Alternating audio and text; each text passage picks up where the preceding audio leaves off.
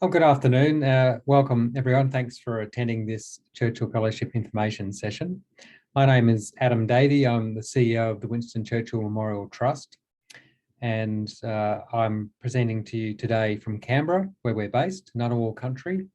And I'm going to begin this information session with an overview of what Churchill Fellowships are all about, how you apply and what we're looking for. And then you'll hear from two Churchill Fellows who are going to speak about their Churchill Fellowship experience and give you some insight into being a Churchill Fellow. I'd like to acknowledge Australia's First Nations people, the traditional custodians of this land, and I'd like to pay my respect to elders past, present and emerging. I'd also like to welcome all Aboriginal and Torres Strait Islander people who have joined us today.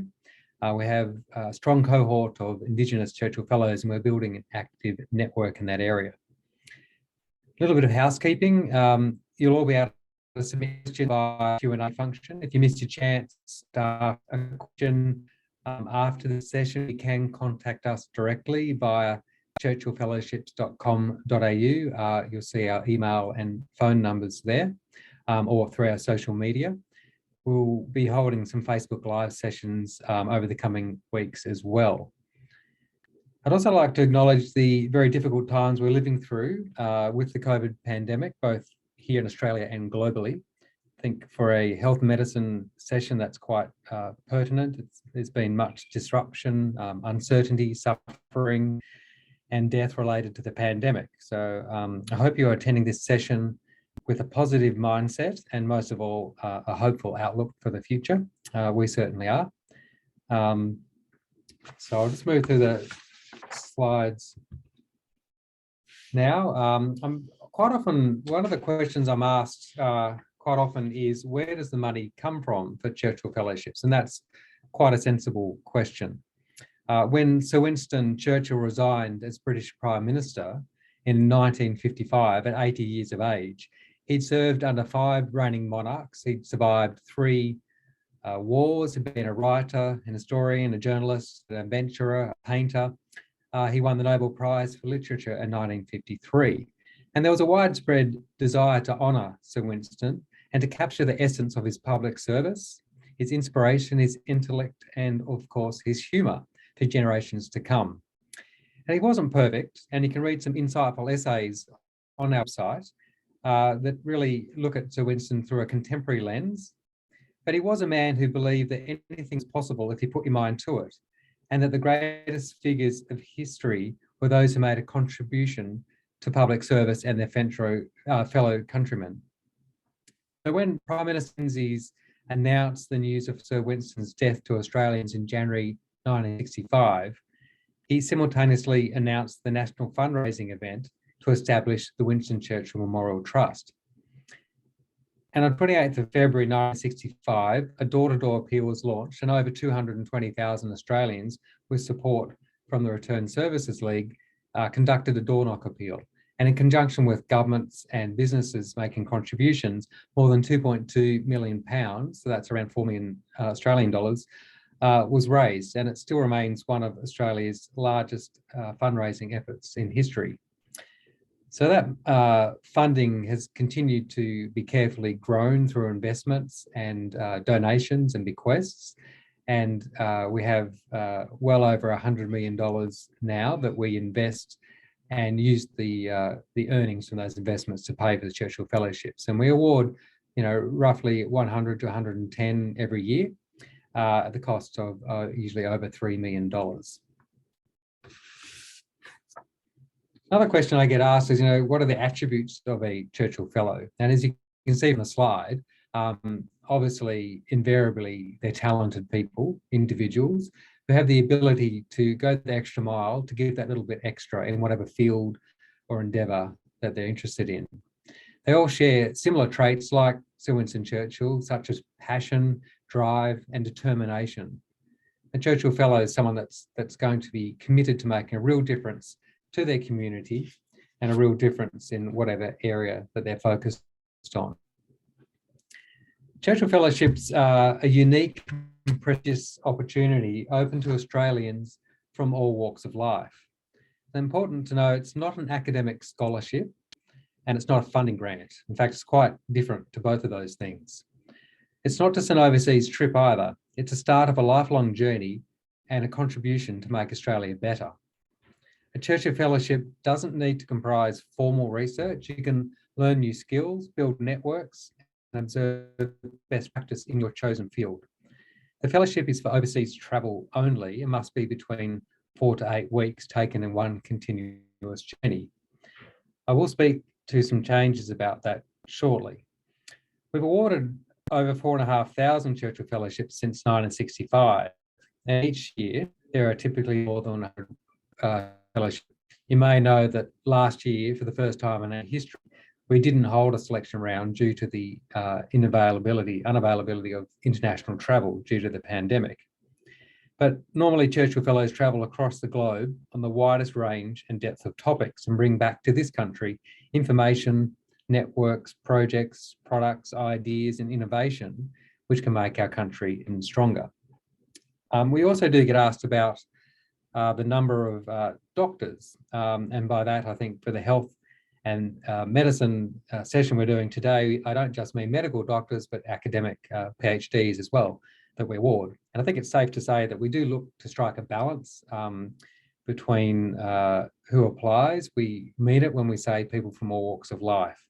And clearly we get a lot of fantastic medical and academic doctors applying for Churchill Fellowships. We also equally get an amazing number of people who don't have qualifications at all, and everything in between. So in terms of your personal eligibility, you do have to be an Australian citizen or, as of this year, a permanent resident of Australia and over the 18 years of age by the application closing date. The ability to travel overseas is essential, and we provide support if you have a disability. For example, you might require a carer to join you. We now also offer virtual research options for people who cannot travel due to a disability or caring responsibility. So please contact us if that's you, and we can discuss that. And for people living in remote parts of Australia, we'll be allowing domestic travel soon. So again, if this is you, please get in contact with us to discuss. And Churchill Fellowship is an individual project, so it's not a team project. And I think quite often teams of people work together and get excited about applying for a Churchill Fellowship, but only one of you can apply. So please keep that in mind. It is possible your employer might pay for you to take someone with you.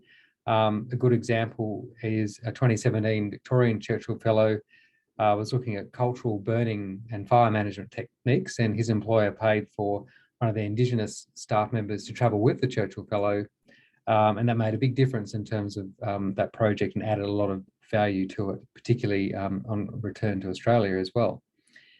If you're undertaking tertiary studies, that's perfectly fine. However, your project can't directly form part of that study. Of course, we expect you to commit 100% to your Churchill Fellowship, both during your fellowship and on your return, when you've submitted your report and beyond your report. So a Churchill Fellowship does go beyond just submitting a report at the end. There are expectations attached to a Churchill Fellowship that you'll continue to deliver on your findings and recommendations from your research project.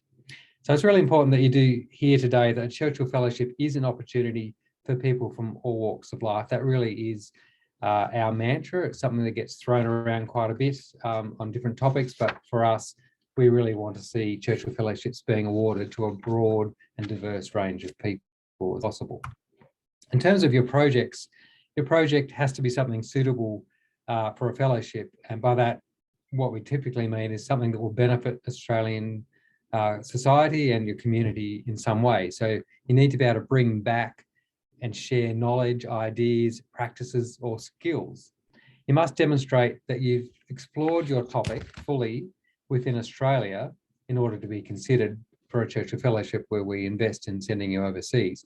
Obviously, we don't want to send you overseas when you still could learn a lot on your topic in Australia.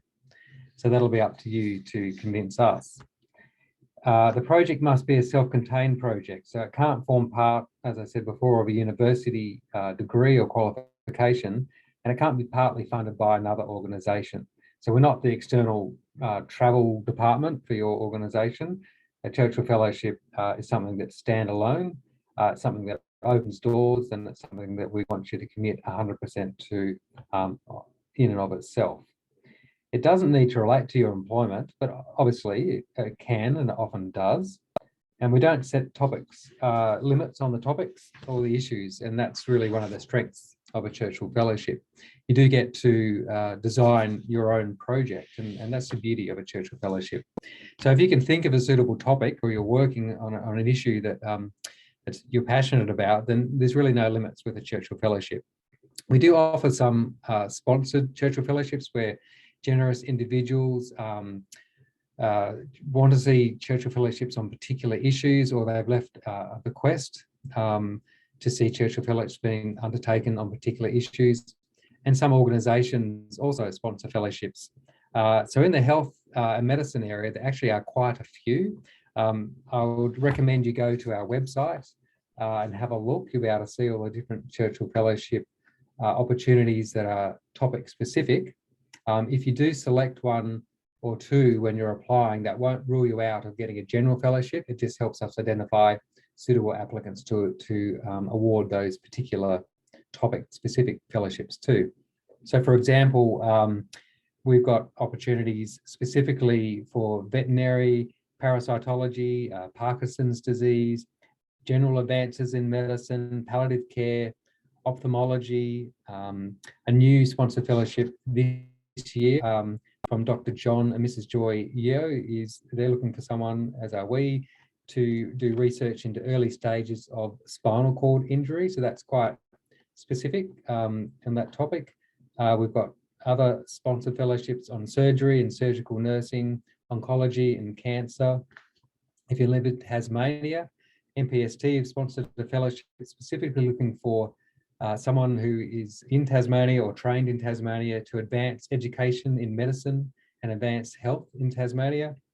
And if you live in Western Australia, the Western Australian Department of Health is sponsoring a fellowship designed to get people to focus on sustainability of healthcare. And if you're thinking of that one, I'd suggest you look at their website if you're not familiar with their particular sustainability targets and topics. So you do apply online. Applications close on the 28th of April. Applications can only be made through our online system. Please talk to us if that's a barrier for you. We don't want anyone to be turned away because they couldn't fill out our online form. I'm sure we can work out a solution if you need it. Remember, you're competing against other applicants. So think about how you're going to convince the selectors to invest in you and in your project idea. You're going to need two references, someone who can vouch for you personally and someone can be an authority or is an authority in your particular topic or field. And we recommend to engage with them as early as possible. One of the biggest disappointments for applicants each year is that they leave it too late and they don't get their referees providing their responses in time, and we can't accept late applications because that would slow our process down far too much. Churchill Fellows often tell us that the process of completing the application form and answering the questions is a really good way to refine their project in their mind and to really distill things. So you can register anytime now from today if you haven't already, and get a look at all the questions and start mapping out your application, and you've got till the end of April, so quite a bit of time to finalise that. The form's fully automated. It allows you to register. You can save it, come back to it many times. Key piece of advice, don't leave it until the last minute because it won't be your best work. Invariably, people do leave it to the last minute to submit, but they spend a lot of time prior to the closing date refining it. So get in early is our advice. With regards to your itinerary, we clearly recommend that you look for destinations, so countries and projects that are going to be of most benefit to your project. If you get an interview, you're going to be asked specific questions about where do you want to go and why do you want to go there. So you need to be very clear on the organisations and the people that you want to meet with and why you need to go over there and meet with them. Obviously, we want you to be safe, so you have to avoid countries that you wouldn't be allowed to travel to, and we use Smart Traveller, obviously, as the way to keep an eye on that. We just can't let you travel outside of the recommended countries. As I mentioned, it does need to be a continuous journey of 4 to 8 weeks.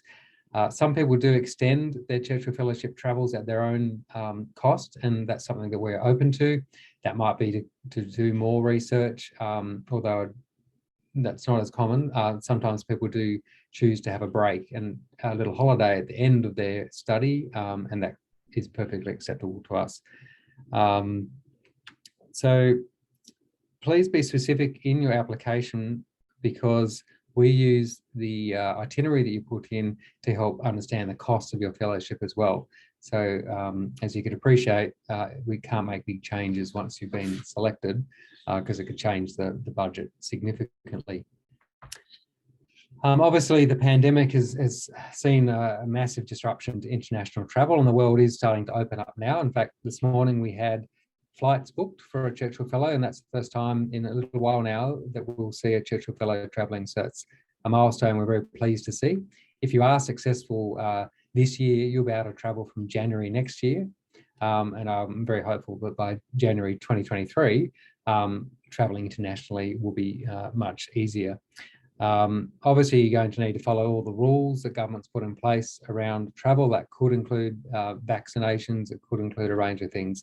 It's a bit of a moving feast, but just be prepared to comply, or you won't be able to travel, obviously.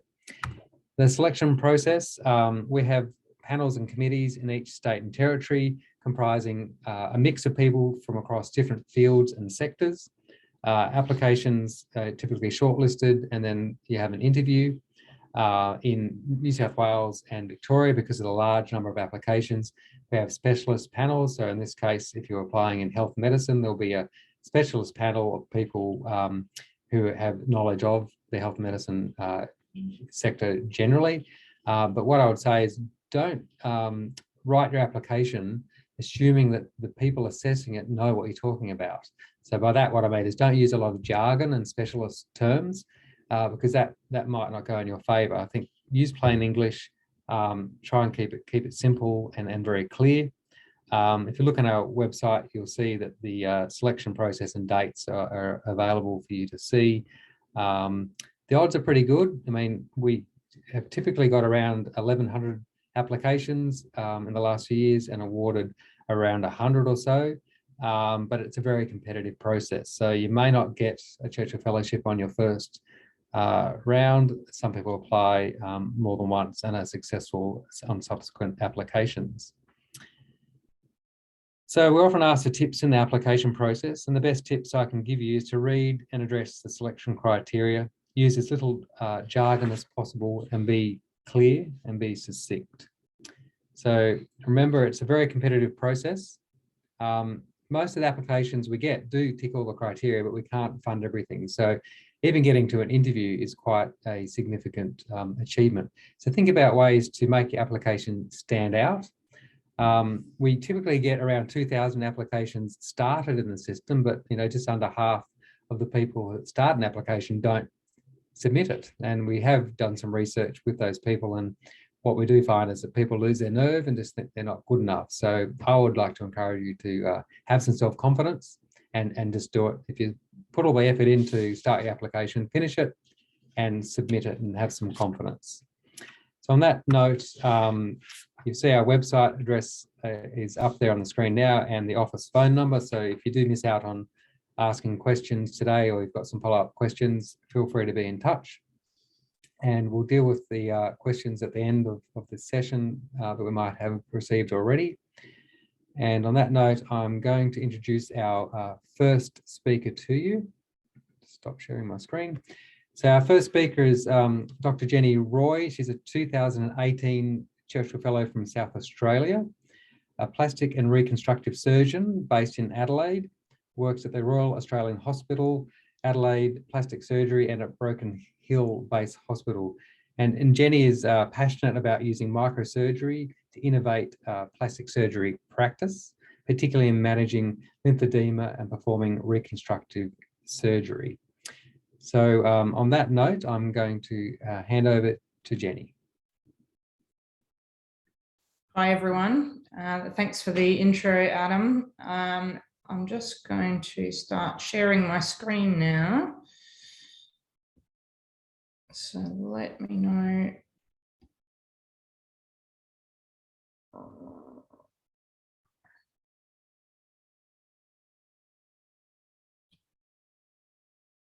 There we go. As Adam said, I'm a plastic and reconstructive surgeon. I applied for the 2018 Churchill Fellowship, and I was lucky enough to be successful with the subspecialty specific fellowship, which was sponsored by Dr. Lena McEwen and Dame Joyce Dawes, who were very instrumental in surgery and plastic surgery and cardiothoracic surgery. I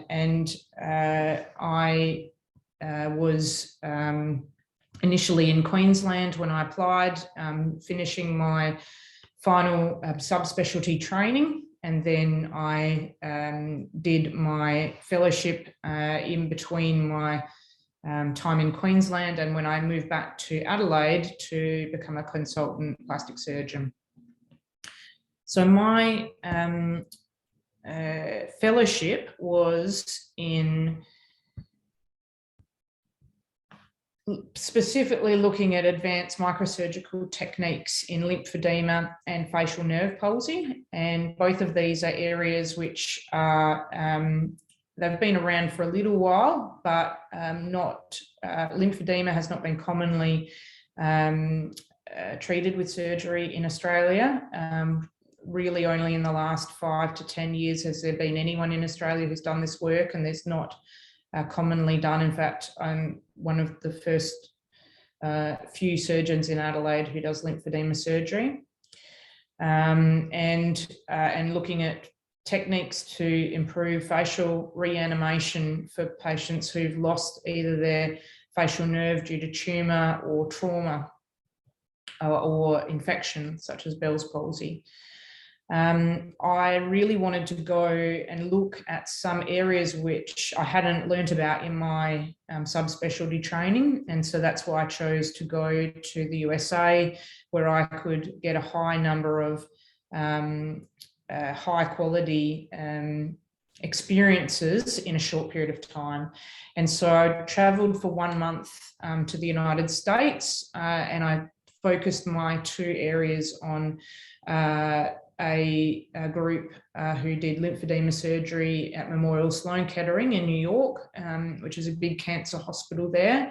And then my second half, 2 weeks, was spent at Johns Hopkins Medical Center in Baltimore, where I was lucky enough to sit in with a group who did facial nerve reanimation and specific facial reconstruction techniques.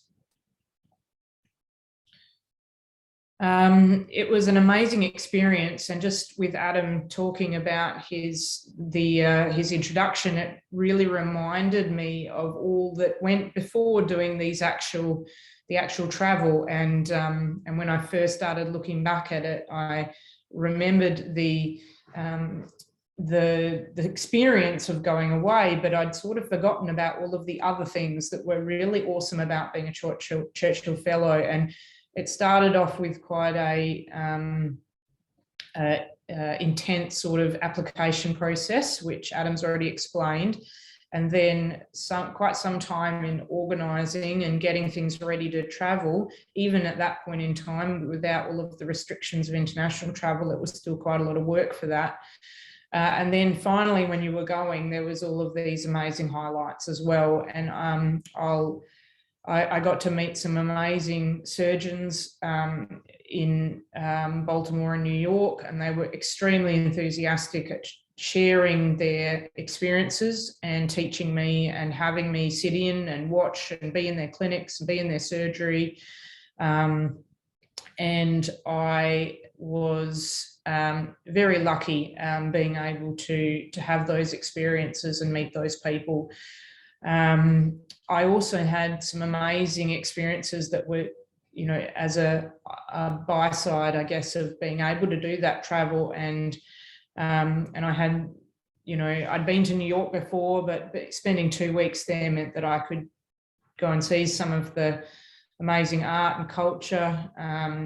Really, I had a lot of, as well as, you know, there's lots of time spent doing my work there. I also was able to, you know, for example, go off to the Met Opera in the evening and things like that, which I think it's, as much as it's important to get as much as you can out of the learning side of things, I think that these other experiences were also invaluable.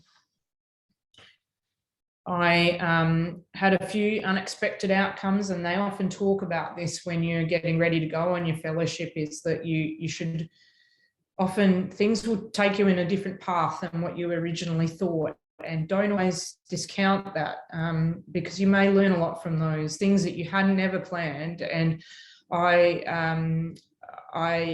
there wasn't as much surgery going on for one of the days when I was at Johns Hopkins. So they said to me, why don't you go and join this surgeon, Dr. Ira Patel? And I said, oh, okay, yep, sure. I didn't really know him. I looked him up, and then I was like, oh, he's a world-renowned rhinoplasty surgeon, and he was very happy to have me in his day surgery for the day. And I watched him do a rhinoplasty, and it wasn't exactly what I had planned for that particular part of my fellowship, but just being flexible like that was an amazing experience. I would never get a chance to see that ever before and never again. And he's, you know, and so these are the things that you really have to take advantage of. I had a chance meeting in the corridor at Johns Hopkins where I met one of the first surgeons to ever do facial transplant surgery, and he was from a different department than where I was observing, but it was really again an amazing chance to meet him and talk with him. And then, as well as that, there was me and him and my mentor who was there, Dr. Patrick Byrne, and we just sat down and had this real amazing chat about what work-life balance was for surgeons, and as we progressed through our careers and so forth. And just an amazing experience to be able to talk to people who've obviously been through a lot of this kind of stuff already, and how closely our experiences are between different countries. Since my Churchill Fellowship, I've now got a position at the Royal Adelaide Hospital. I've started in private practice as a surgeon, and I've started a lymphedema clinic at the Royal Adelaide Hospital, and I'm starting to do that work now in private. And really, if I hadn't have gone on this fellowship, I never would have had the confidence to be able to apply these new techniques, and the knowledge that I obtained there was really instrumental in me being able to do that and give the opportunity for people in Adelaide to be able to have their lymphedema treated by surgery and other techniques. So that's really something that I would have never been able to do if I wasn't a Churchill Fellow. I think that, as I said before, the Churchill Fellowship is really more than just, you know, a grant to go overseas. Like Adam said, you don't realise until you become a part of the organisation, I guess, is that there's so many different people from all different walks of life and all different industries, both who are your peers, Churchill Fellows at the same year, but also the other networks that become available to you, people who've been before you. I'd be at one of the dinners for the Churchill Fellows in Queensland, and I sat next to Dr. Stuart Pegg, who's like brought burn surgery ideas back after his Churchill Fellowship, getting close to 40, 50 years ago now. And such an amazing experience to meet these people, and from all different walks of life as well, not just surgery or medical, many other people who had amazing ideas through the workshops before we went and so forth. I'd really encourage you to find out more about the specific scholarships and the sponsors, because that really focused my mind in terms of how I should apply and what sorts of areas people might have already done in terms of applying for that scholarship. And then there is a significant amount of time commitment in relation to just doing the application first, pre-planning, then connecting with people and organising your actual travel. It's quite a significant time commitment, but definitely worth it in the end. Being away from family for me was very hard when I, even for 1 month is quite challenging, but it also allowed me to see some of my family in the United States, which was also a bonus. So I think that, there's obviously, challenges, but also great rewards from the travel that you get to do. And hopefully people who are applying for 2023 get the same sorts of travel opportunities as what I had. I think that probably is the main of my presentation, Adam, so I can answer any questions at the end. Thanks so much, Jenny. That was fantastic. I'm sure very informative for the audience, and we've got well over 124, 125 people tuned in at the moment, so well done. So I'll now, and we've got some great questions, and we'll definitely get to them at the end. So I'm just going to introduce you now to our second speaker, Chris Carty, who did his fellowship in 2017. Chris is from Queensland. His fellowship was to learn the latest 3D printing solutions for the treatment of children with bone deformities. And I do remember Chris's interview. I do get around to a lot of the interviews each year, and it's a really fascinating topic. Chris holds a PhD in orthopaedic biomechanics from the University of Queensland and is currently research director at Caboolture Hospital and principal research fellows at Griffith University. So look, I'm conscious of time. So on that note, I'm going to hand over to you, Chris. Thanks, Adam. I'll just share the screen now.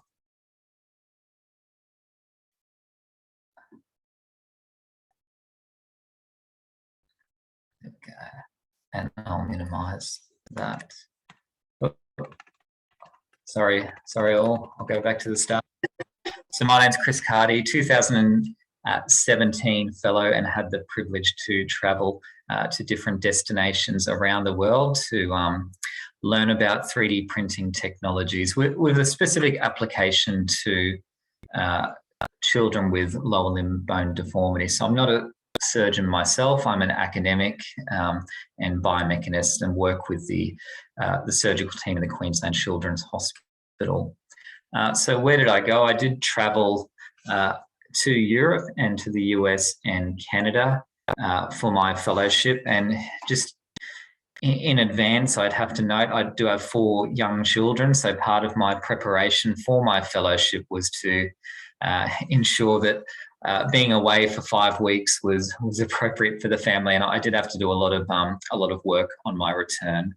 Being a Queenslander, my youngest actually started school today, so it was a big day in the Carty household. So when I travelled overseas, I initially went over to Europe and attended a conference in Dublin, the World Congress of Biomechanics, and the purpose of that was to search out the latest in science in the area, but also meet with different companies who were presenting at that conference as well. And a main thing that I learned there was the latest applications in biomechanical modelling, which can really be inserted into the processes that we use in Australia.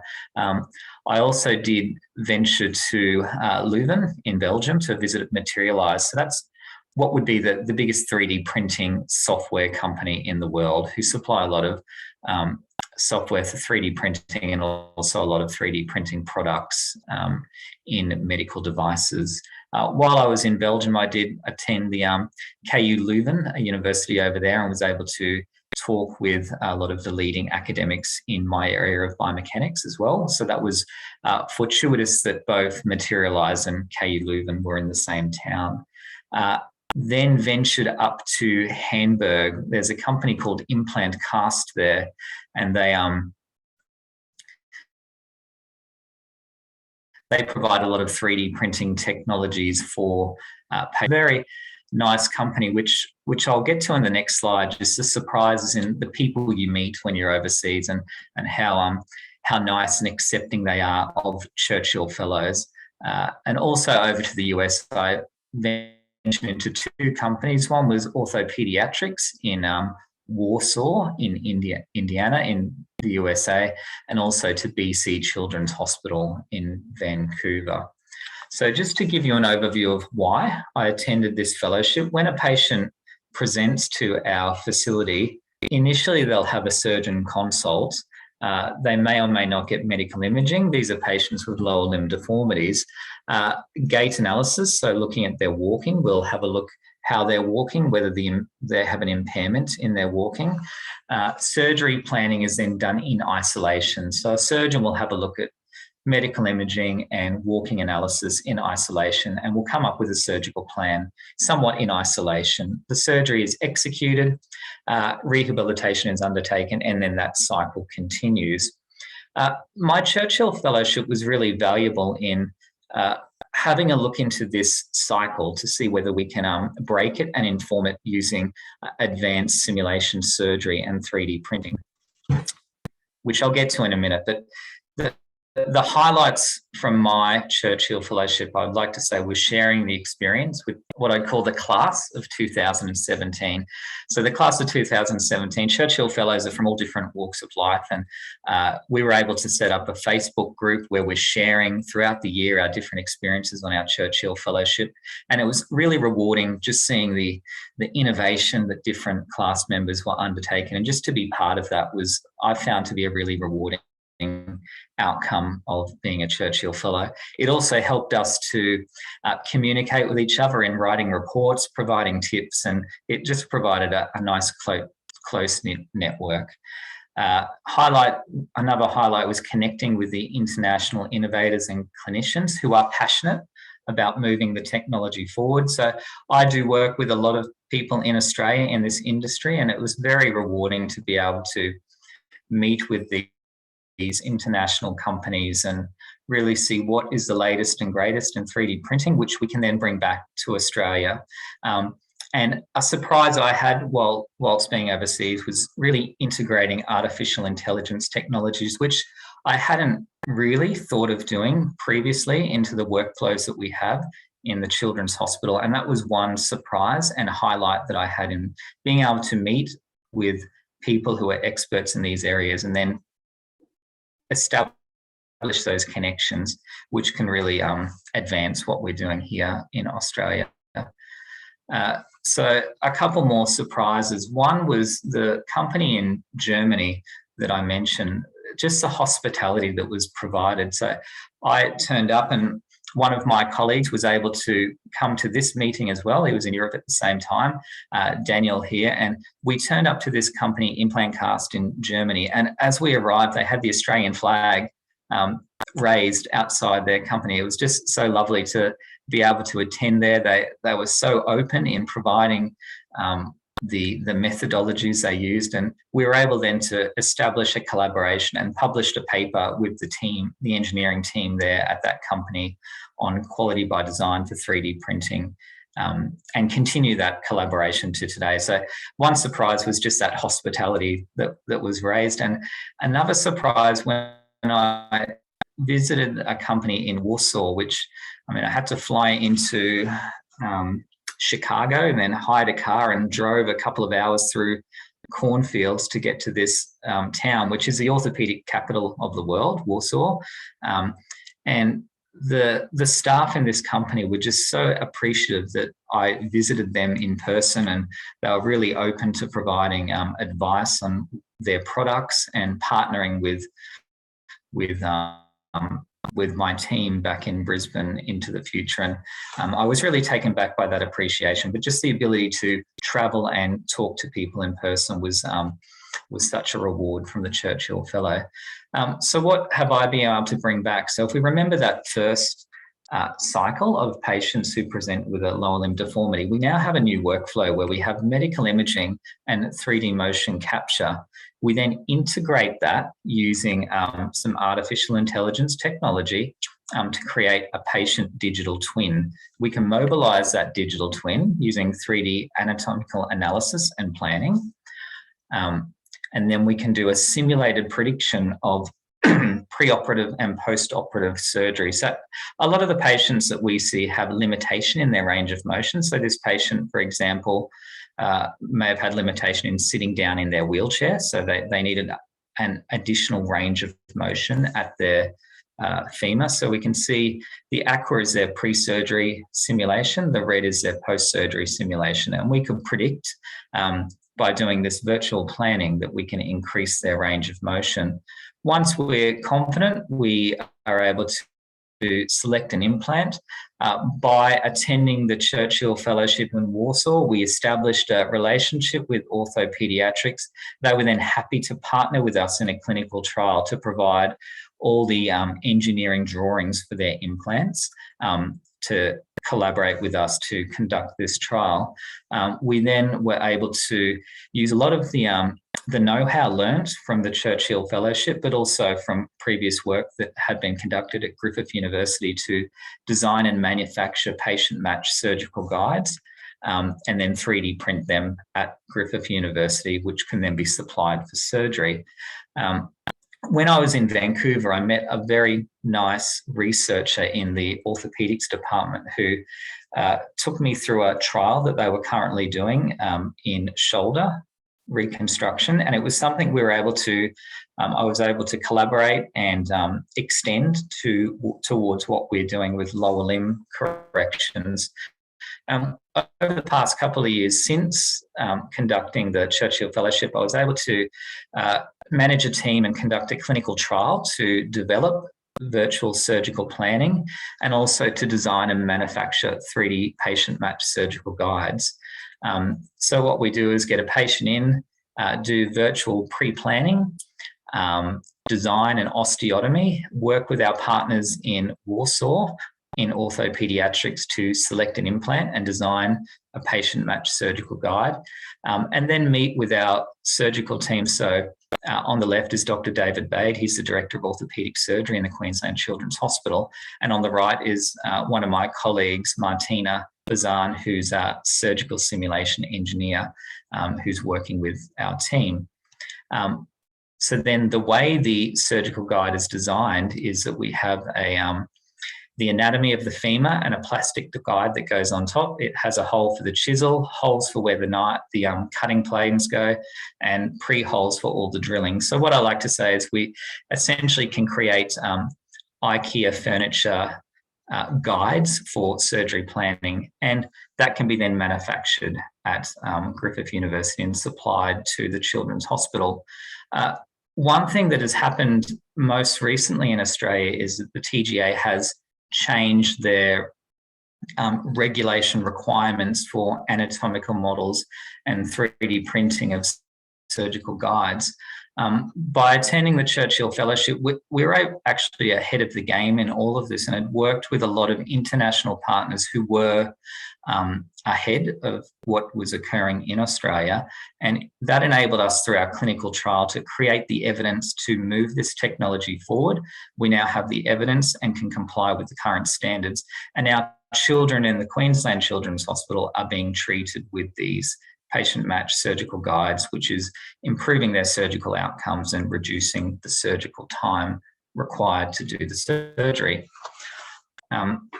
So taking a few steps back to 2017 when I prepared the application, initially I wanted to provide evidence in the application that I am passionate about the field, which I am, and have connected with Australian partners so that we had really establish the knowledge base in Australia, and then what we need to establish for the Churchill Fellowship is where we can further establish an evidence base that can be used back in Australia. So I really was keen to motivate the need for advancement in Australia.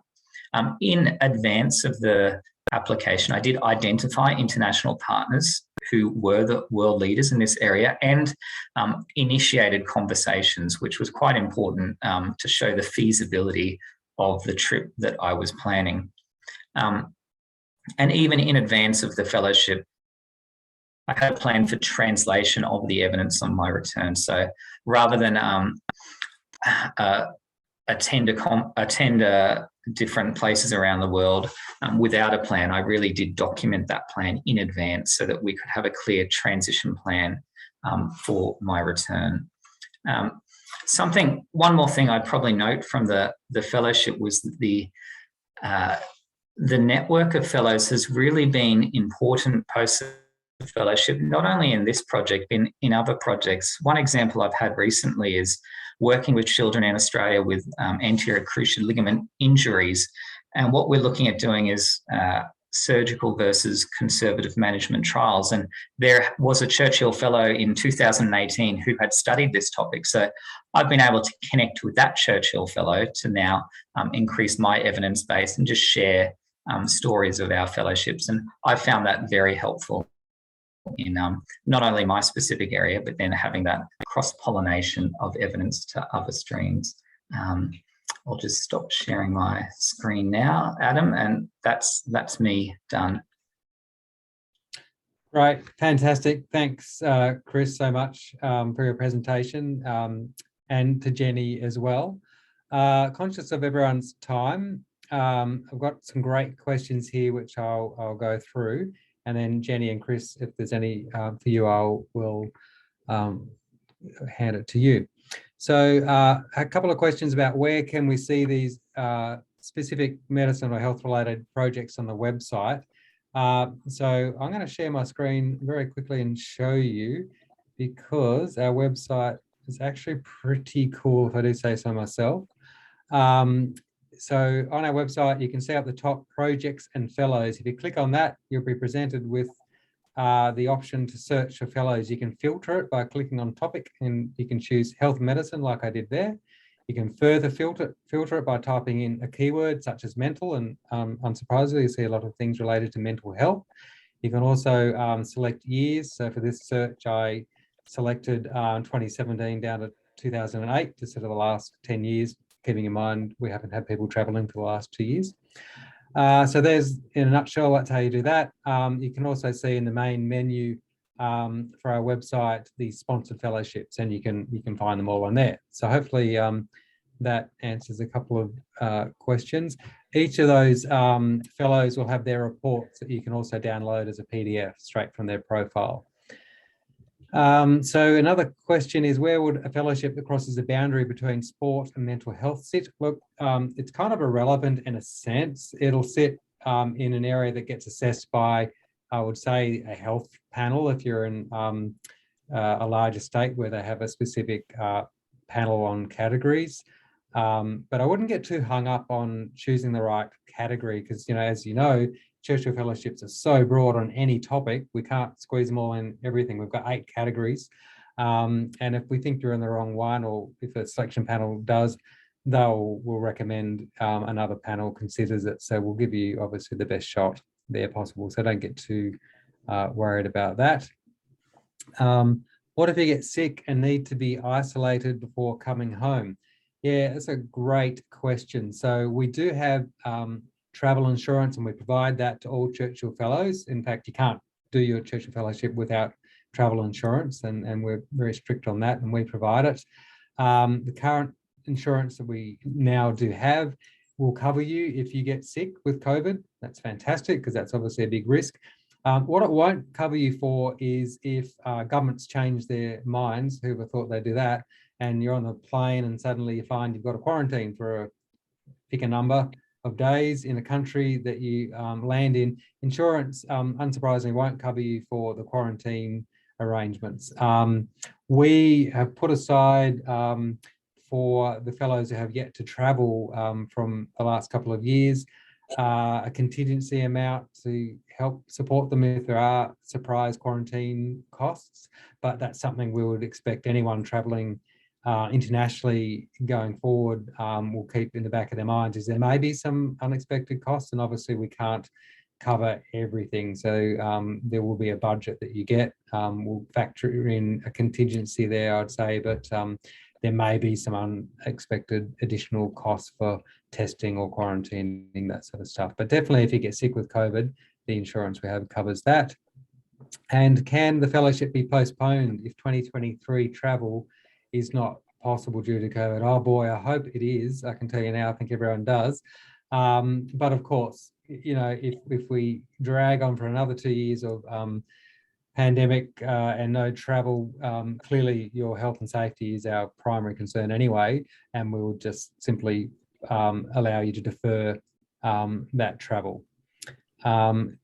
Liz has asked, do you need to make contact with organisations you would like to meet with and visit prior to putting in an application? No, not necessarily. So clearly it could be a bit awkward to approach some people if you know, I might be getting a Churchill Fellowship. So we expect you to have a very clear idea of who you want to meet with. And I think a really good idea, if they're likely to meet with you, it's not a good idea to put down, I'm going to meet with a particular person, Richard Branson or something like that, and people at the committee go, oh, you sure that's going to happen? Oh, I just thought I'd put it down. Like, you might want to say, oh, no, I understand that there's a policy that would allow me to meet with that person or that organisation. So keep that in mind, be realistic, but you don't have to have locked everything in, that's for sure. The link, there will be a recording shared after our information sessions. If you want to attend another session, even if it's not a health related one, that's perfectly fine as well. Someone has asked about attending conferences. It's true, yes, you can attend a conference if it's relevant to your Churchill Fellowship project. A word of caution, don't design your Churchill Fellowship application around attending a conference, because you're not going to get a Churchill Fellowship. We're not a conference, you know, funder in that sense. The primary thing is your Churchill Fellowship and all those places and people you want to meet. And if it just so happens there is a great conference that you can sort of tie in, that's okay. We can, in fact, cover potentially the costs of that conference or part of those costs. But I certainly would caution against focusing all your dreams on attending a conference, because you could probably do that another way without a Churchill Fellowship. And Marianne asked about the outputs required in terms of your fellowship. So yes, we do require a Churchill Fellowship report. Now, you know, traditionally that's a written report. You know, really, we don't need something that's over 100 pages. Typically, it might be. We don't put hard and fast rules on that, but it's got to be accessible for people to read. You want someone to pick it up and read it. So unless it's like supremely technical, I would say sort of that 50 to 80 pages is generally a pretty good place to be. But again, it's not a hard and fast rule. What we don't want to see is a report that looks a bit like an academic journal, or that you didn't actually travel overseas. It's just all references and you could have done it from your laptop in your lounge room. What we want your report to talk about is who you met with, the organisations, you know, you met with, what they did, how they did it, what was different in those countries, you know, the whole point of traveling overseas, what did you experience? And then, you know, your thoughts around how that might be applied in Australia. That's what we want to see. So we want to see kind of synthesizing all that new knowledge and ideas and thinking about, well, how might this work in Australia? That's what we want to see in your report. You might choose to do a video. We've had a video report, we've had a podcast done as a report as well. So you might have a more creative, more accessible way of communicating your findings, and we're open to that as well. But certainly it's got to be something that describes your whole Churchill Fellowship experience and where you might go with it. Just looking through more questions that have come through. Someone said travel will not be sponsored for projects in 2022. No, that's not. No, so no. If you apply this year, you won't be able to travel until 2023. So regardless of what fellowship you do, because the process to get selected is finished in September, October, and then you travel next year. Can you stay longer than 8 weeks on your fellowship? You can if you fund it yourself. That's perfectly fine. Some people do that. I think I mentioned earlier, sometimes people do things like meet their family at the end of their 8 weeks and extend into a little bit of a break, a vacation, and that's okay as well.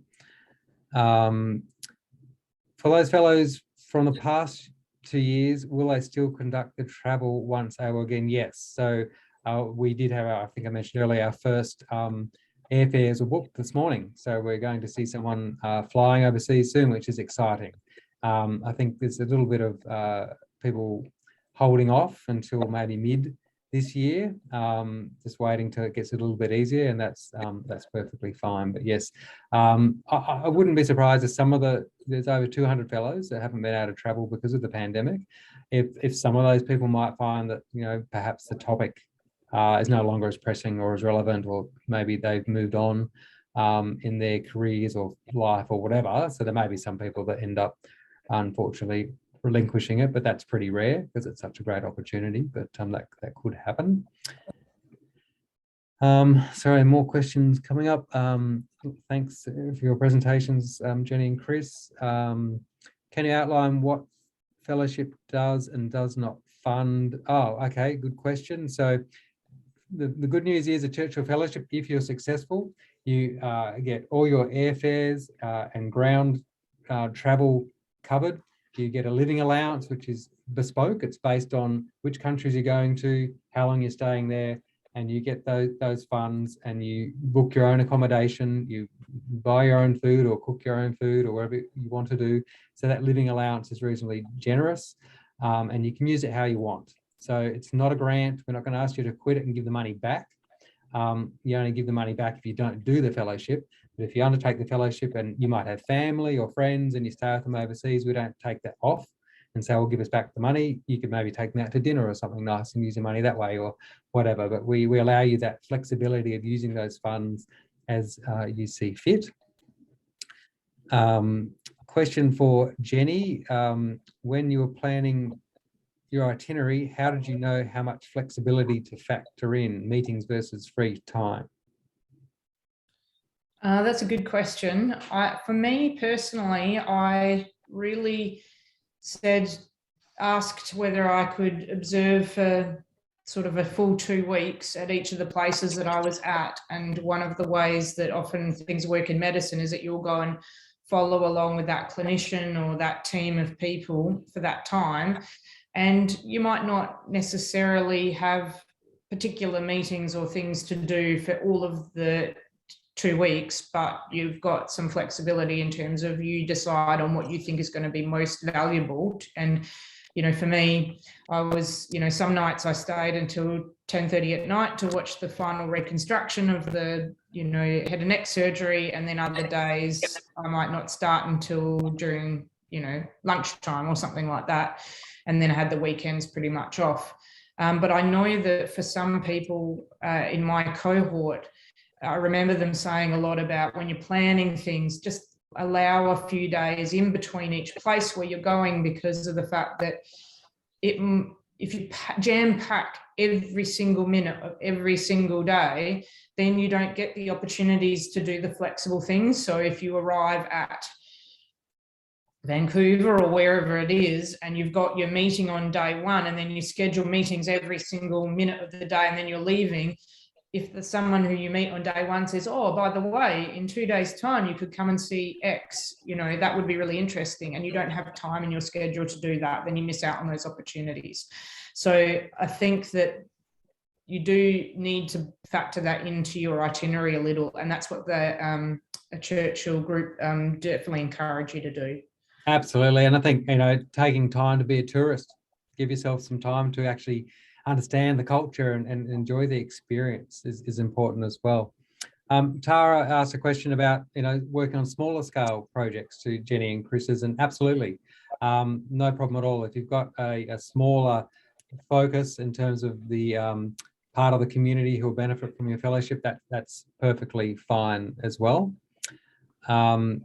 An anonymous attendee asked, they're involved in public health policy, but they're not a clinician, should be looking at these specific fellowships or a general one.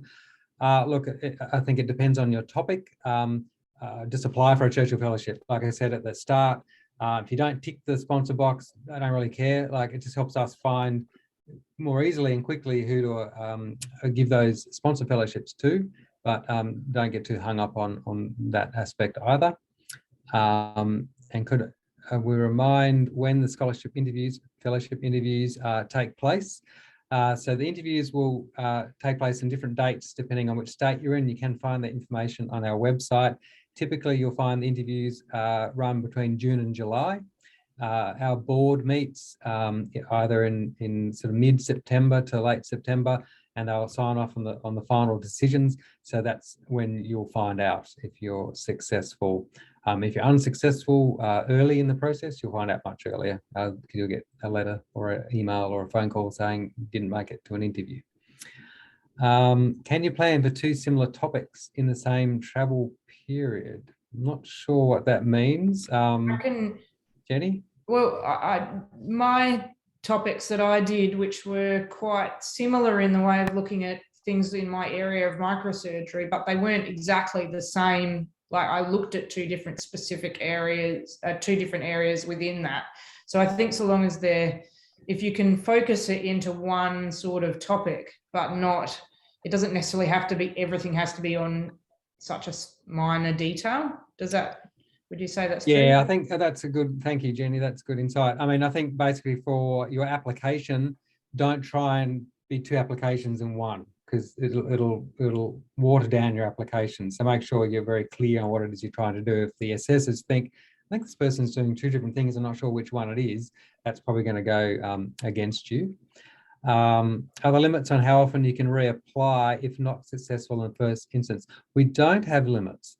I think the most is 4 times that I've heard, but people don't tell us, and to be honest, we don't sit there watching and keeping count over the years.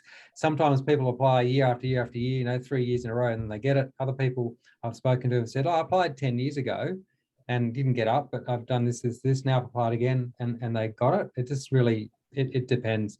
I think my advice there is, if you apply and don't get it, and then the next year you apply again and still don't get it, maybe have a chat to some Churchill Fellows, some other people, even your referees, and try and work out what it is that's going wrong. If you have a look on our website, we do have a kind of generic feedback section, which is where we keep updating and putting all the things that typically are useful bits of feedback for people that don't get shortlisted for an interview or don't get through. So have a look at that as well. There's some really useful tips in there for everyone. So I'm conscious we've now passed the 1:30 mark, and I'll slip this one last question in, and then we're going to have to call it a day.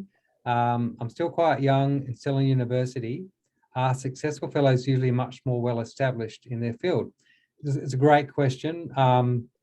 Look, we do typically get applications from people, over 30, but we certainly welcome them from younger people, and we do each year award them to people in their 20s.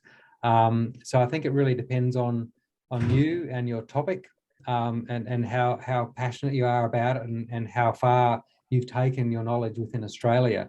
And if you've got a compelling case there where you can convince us that you're the right person, and then there's an opportunity to go overseas, learn more and bring it back, then please go for it, is my advice. And I did say that was the last one, but one more for Chris. I'm wondering how Chris found the contacts that he met with. The different companies. So there's different companies available on the internet. I guess I just did searches to find out who were the leading companies, looked at the latest literature, seeing who they were working with, what academics are publishing the latest papers. And that was a good way to identify who would be good companies to meet with. And then in mapping out a feasible trip, just kind of seeing if you can group a few together in similar locations, so you're not having to travel to 50 places around the globe to do that. But really what you want to do is identify those who are leading the field in your area. And I think, if you're passionate about your issue, your topic, you'll probably have a pretty good head start on that already if you're thinking of applying this year. So thank you, Jenny. Thank you, Chris, and thank you everyone for attending. If you're applying, wish you all the best. Good luck. As I said before, if you've got questions, feel free to contact the Trust directly, and go onto the website and see what you can find in terms of other Churchill Fellows who might be doing things in a similar space.